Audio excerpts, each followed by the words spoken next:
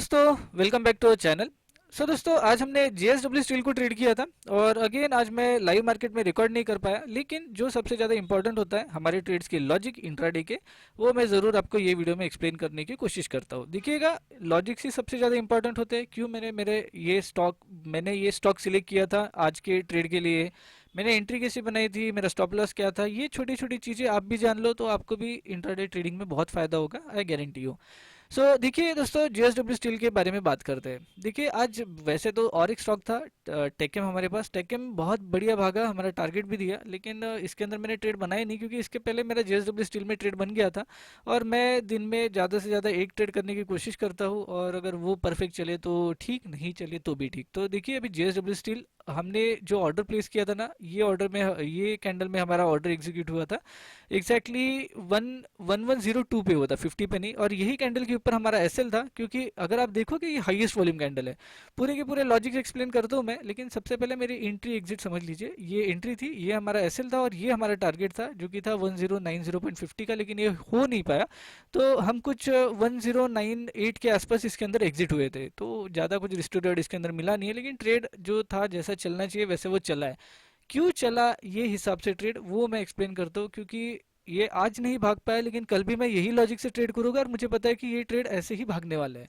तो देखिए, order book देखते हैं। इसको मैं रिफ्रेश कर देता हूँ। देखिए, JSW स्टील एक ही ट्रेड है, आपको दिखाई देगा JSW स्टील का। इसके अंदर सबसे पहला ऑर्डर 1101.90 मतलब 1102, जहाँ से एक हमने 10 पैसे का बफर लिया था।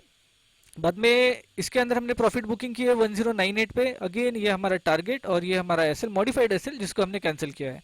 अगेन मैं इसको रिफ्रेश कर देता हूँ और पोजीशन बुक भी देखिए तो इसके अंदर आपको JSW स्टील ही एक ट्रेड दिखाई देगा जिसके अंदर हम प्रॉफिटेबल है, लेकिन जो टारगेट चाहिए था अचीवेबल वो हमें मिला नहीं है। अगर लॉजिक की बात करें दोस्तों, सबसे पहले मैं पेंट के ऊपर जाता हूँ, ये छोटी छोटी चीज़ें आपको एक्सप्लेन करता हूँ, फिर हम जाते हैं ये पूरे के पूरे ट्रेड के ऊपर।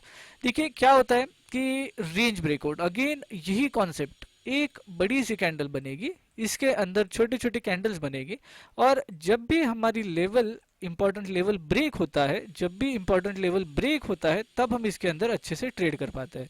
यहाँ पे हम देख सकते हैं हायर हाइज, हायर लोज, या फिर वॉल्यूम ब्रेकआउट, या फिर एक दो और चीजें होती है जो कि इंट्राडे में हम यूज कर सकते हैं। आप मेरे लाइव ट्रेडिंग की वीडियोस चेक तो कीजिए, आपको ये सारी की सारी चीजें भी पता चल जाएगी। इवन एंट्री एग्जिट्स पे भी मैंने बहुत से वीडियोस बनाए हैं, वो भी देखिए, उससे भी आपको बहुत ज्यादा फायदा होगा। रेंज ब्रेकआउट ऑब्जर्व कीजिए, रेंज ब्रेकआउट के हिसाब से ट्रेड कीजिए। रेंज ब्रेकआउट को ट्रेड करने से पहले वो डीले में क्या स्ट्रक्चर में, वो भी देखिए, वो भी बहुत ज्यादा फायदे का होता है। अभी आते हैं स्टॉक के ऊपर। देखिए, मैंने आपको सिंपल सिंपल आइडिया बता दी कि भाई मैंने इसके अंदर क्या क्या देखा था। अभी स्टॉक को देखिए, क्योंकि क्या होता है ना कि हमेशा ही सारे स्टॉक्स आपको क्लियर कट नहीं दिखाई देगी कि भाई नहीं मैं रेंज में बैठा हूँ और रेंज ब्रेकआउट हो रही है, क्योंकि सारे स्टॉक्स कुछ ना कुछ अलग आपको पिक्चर दिखाएंगे। लेकिन वो पिक्चर को पहचान के उसको मतलब उसको समझना कि नहीं भाई इसके अंदर यही चीज हो सकती है, ये सबसे ज्यादा इंपॉर्टेंट होता है। अभी देखिएगा, JSW स्टील को मैं डिलीट करके डेली में डालता हूँ। देखिए, अभी शायद आपको पिक्चर क्लियर हो गई होगी। प्राइस ने ये टॉप बनाने के बाद प्राइस नीचे आई, फिर ऊपर गया, फिर नीचे आया, फिर ऊपर गया, फिर ये नीचे आने की कोशिश कर रहा है। अभी जब मुझको दिखाई दे रहा है क्लियरली नीचे नीचे जा रहा है, तब मैं इसके अंदर रेंज ब्रेकआउट तो ढूंढ सकता हूँ। रेंज ब्रेकआउट क्या है, यही देखिए, ये एक बड़ी सी कैंडल क्या हो रहा है। आप देखोगे तो एक दो तीन चार, 4 दिन ये रेंज के अंदर ही था। आज के दिन में इसने ब्रेकआउट, यानी कल के दिन ही बाहर निकल गया था और आज के दिन में उसकी ओपनिंग भी नीचे हो गई थी। तो अभी देखिए, प्राइस कल के दिन में पूरा का पूरा ट्रैवल करते हुए आया यहाँ तक कि इसकी क्लोजिंग आई थिंक अंदर हो गई थी, लेकिन आज इसकी ओपनिंग बाहर हो गई।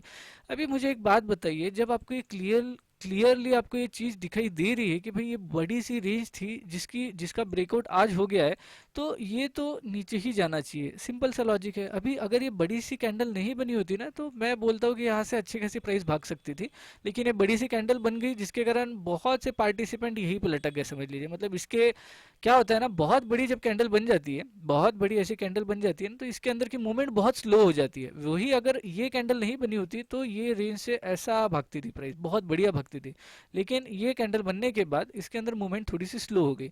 अभी देखिए, एंट्री के बारे में बात करते हैं। मोस्ट प्रोबेबली आपको स्टॉक सिलेक्शन तो समझ में आ गया कि भाई प्राइस लोअर लो में जा रही थी, यहाँ पे बहुत बड़ी कैंडल बन गई, इसके अंदर ये 2 4 दिन 5 दिन की कैंडल्स बन गई, ये रेंज बन गई, रेंज का ब्रेकआउट हो गया, अभी इसके अंदर ट्रेड करना है।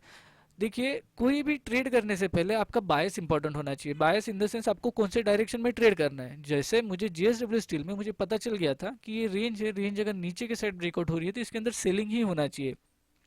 लाइव मार्केट में कभी बायस चेंज नहीं होना चाहिए, ये बात ध्यान में रखिए। जब भी आपने लाइव मार्केट में आपका बायस चेंज किया, आपका स्टॉप लॉस जाना शुरू हो गया। ये बात ध्यान में रखिए। क्या होता है ना, बहुत सारे लोग ऐसे ही करते हैं कि भाई प्राइस ऊपर जा रही है बाय करो, नीचे जा रही है सेल करो। ऐसा नहीं होता है। आप डेली से आपका बायस बनाते हुए लाइए कि डेली में क्या है, डेली से फिर इंट्राडे कैंडल्स में क्या दिखाई दे रहा है, या फिर डेली डेली से आप डेली कैंडल्स पे आइए, स्विंग्स देखिए, उसके बाद आप देखिए कि उसके अंदर क्या हो सकता है। और वही डायरेक्शन में अगर आपको स्टॉक दिखाई दे रहा है तो उसको ट्रेड कीजिए। अगर अगर आप ये स्टॉक को अच्छे से ऑब्जर्व करो ना, आपको पता चलेगा भाई प्राइस तो इसके अंदर घुस गई, इसके बाद ये प्राइस नीचे आई और यहाँ पे देखिए ये जिगजैग में हायर है बनाया। एक बार नहीं तो दो बार भी बना दी इसने हायर है। अभी मुझे एक बात बताइए, इसके अंदर लोगों ने बाय करने की कोशिश की ही होगी। क्यों की होगी? क्योंकि प्राइस तो जिगजैग में ऊपर जाने की कोशिश कर रहा है इंपॉर्टेंट लेवल से। ये जो स्विंग का हमारा लो था, स्विंग का लो या फिर हमारे रेंज का लो, इससे तो ऊपर जाने की कोशिश कर रही है। लेकिन यहाँ पे अगर मैं मेरा सेलिंग का बायस चेंज करके मैं बाइंग का बायस बना लेता तो मेरा स्टॉप लॉस जाना जरूरी था नहीं, इन द सेंस होता ही होता था। लेकिन जब मैंने देखा कि भाई ये बहुत बड़ा वॉल्यूम आया, ये हायर है जाने की कोशिश तो कर रहा है लेकिन ये फेल हो गया, तभी तो मैंने मेरी एंट्री बनाई। और यही कैंडल, हाईएस्ट वॉल्यूम कैंडल जो था ना, यही हमारा एसएल था। क्योंकि अगर ये लेवल के ऊपर जाने की इतनी कोशिश कर रहा है तो भाई चले जाना चाहिए था, नहीं जा रहा है तो इसको सेल ही होना है, क्योंकि डेली से ये सेल ही होते हुए आ रहा है। इसके कारण ये यहाँ पे हमारी सेलिंग हुई, ये हमारा एसएल था। इसके बाद ये एसएल को मैंने कुछ मॉडिफाई कर लिया था ये लेवल के आसपास में। और टारगेट की अगर बात करें ना, तो टारगेट अभी देखो डेली में कुछ तो भी एक टारगेट डिसाइड किया था मैंने इसके अंदर। देखिए, हाँ, ये वाला स्विंग जो था ना, ये वाला ही मेरा टारगेट था। लेकिन यहाँ पे ये जो स्विंग जो था ना, ये सुबह सुबह टेस्ट हो गया था। अगर आप देख पाओगे एग्जैक्टली 1090 यही हमारा टारगेट था, जिसको मैंने कैंसिल किया हुआ है। आप फिर से वीडियो में जाके देख सकते हो मेरी ऑर्डर बुक, इसके अंदर आपको दिखाई देगा यही हमारा टारगेट था जो कि मैंने कैंसिल किया हुआ है। तो देखिए दोस्तों, सिंपल लॉजिक, सिंपल ट्रेड, और यही सिंपल सिंपल लॉजिक्स मार्केट में काम करते हैं। मैं फिर से बताना चाहूँगा, ये जो मेरे वीडियोज़ है ना, ये बहुत ज़्यादा इंपॉर्टेंट है।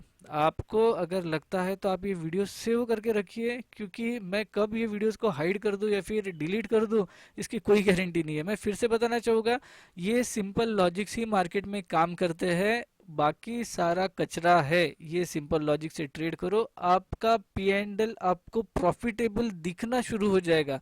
मैं ये नहीं कह रहा हूँ कि आपका रोज प्रॉफिट होगा, लेकिन आपका weekly P and L, monthly P and L धीरे धीरे प्रॉफिटेबल होना शुरू हो जाएगा। ये सिर्फ ये एक वीडियो ही आप डिटेल में रिपीट एक दो बार देख लो ना, तो भी आपको बहुत ज़्यादा फायदा होगा। आई बेट, आई गारंटी यू होगा ही होगा।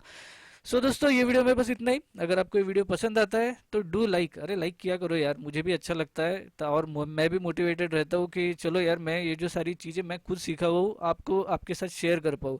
तो ज़रूर लाइक कीजिएगा। Again share this video, subscribe to the channel. मिलते हैं नेक्स्ट वीडियो के साथ। Thanks for watching, bye bye.